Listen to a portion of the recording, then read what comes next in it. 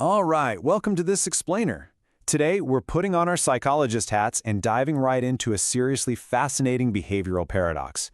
We're going to look at how controlled fear, yeah, you heard that right, fear, actually acts like a mental gym to build up our real-world stress resilience. As someone who spends a lot of time analyzing how our brains handle anxiety, I find this whole concept absolutely thrilling. We're going to dig into the hard clinical science behind why the very things that terrify us might actually be exactly what the doctor ordered to help us navigate modern life. So, to really kick off this psychological analysis, we got to start with a pretty massive question. Biologically speaking, pure fear, it feels awful. It evolved over millions of years for one specific reason, to tell us to get the hell out of Dodge, because Dodge is a very bad, very dangerous place. Fear is literally our built-in predator alarm. So the big question for us as psychologists is, if our brains are hardwired to run far, far away from terrifying things, why on earth do we voluntarily pay good money to go back? Why do we happily stand in line for haunted houses or sit in the dark to watch a terrifying movie? Well, let's dive right into that paradox.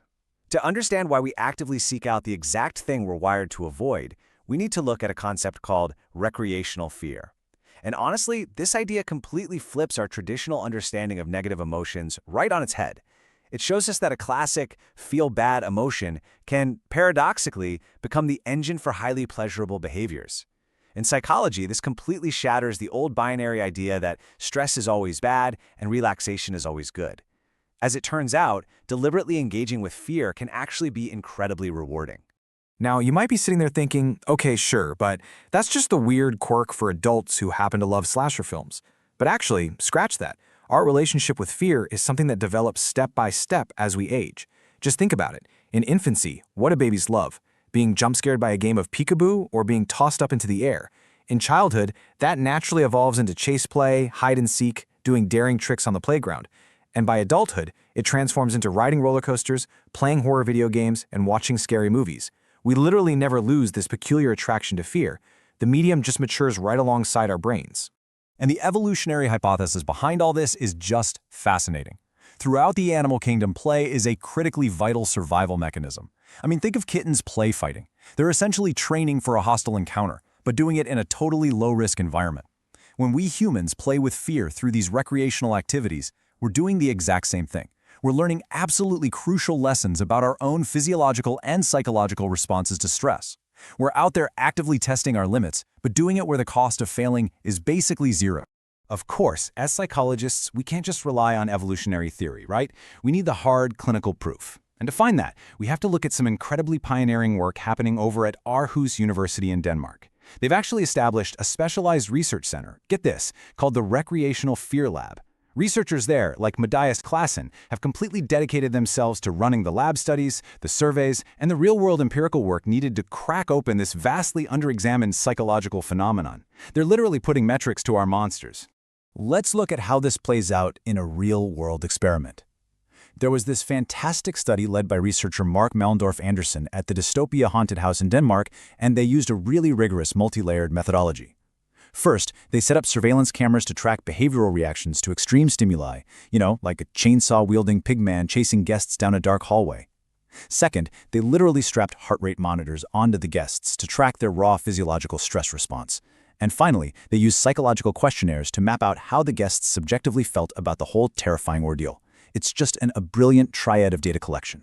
Now, you'd probably assume that walking into a haunted house, more fear directly equals more fun, right? Like a straight, linear relationship. But the clinical data showed something entirely different. The data actually maps out perfectly to an upside-down U-shape. If there's too little fear, your brain is understimulated. The whole experience is just kind of boring and unengaging.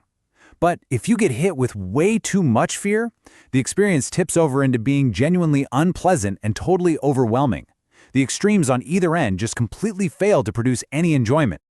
So, here's an absolutely crucial takeaway for our psychological toolkit.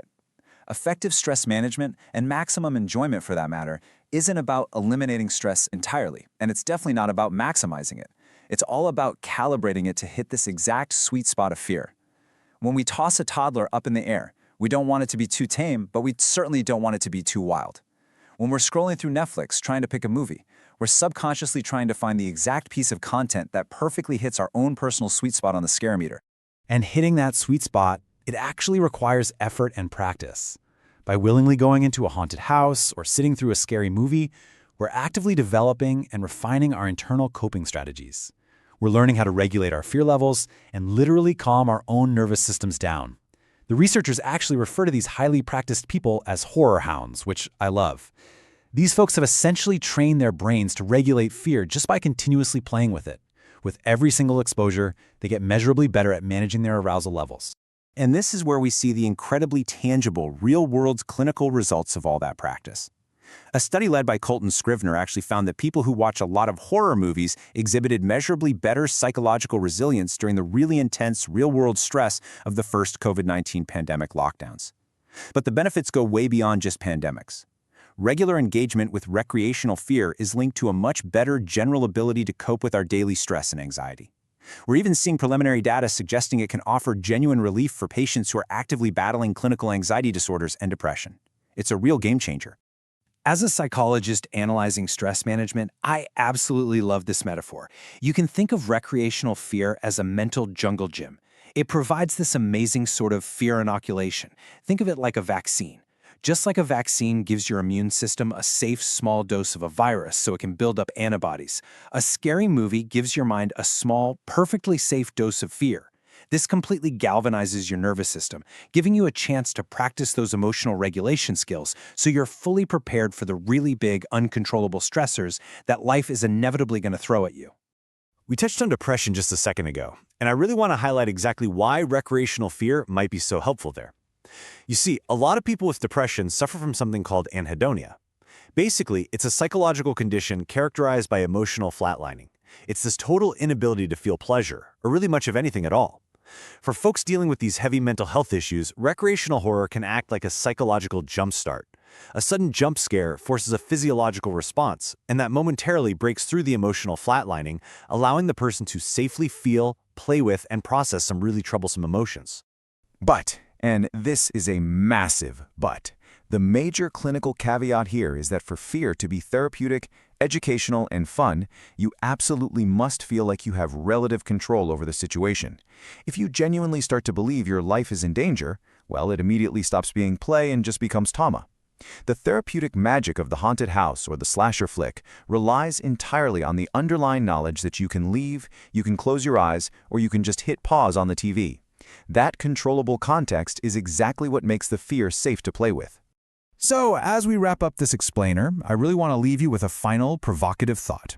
We spend so much of our modern lives trying to completely insulate ourselves and our kids from stress and discomfort. But since we're all going to end up facing the dangers of Dodge sooner or later in the real world, maybe we shouldn't be quite so zealous about avoiding playful fear. Are you actually shielding yourself from the very mental jungle gym that could make you stronger and more resilient? I don't know. Next time you're browsing for a movie on a Friday night, maybe, just maybe, let yourself get a little scared.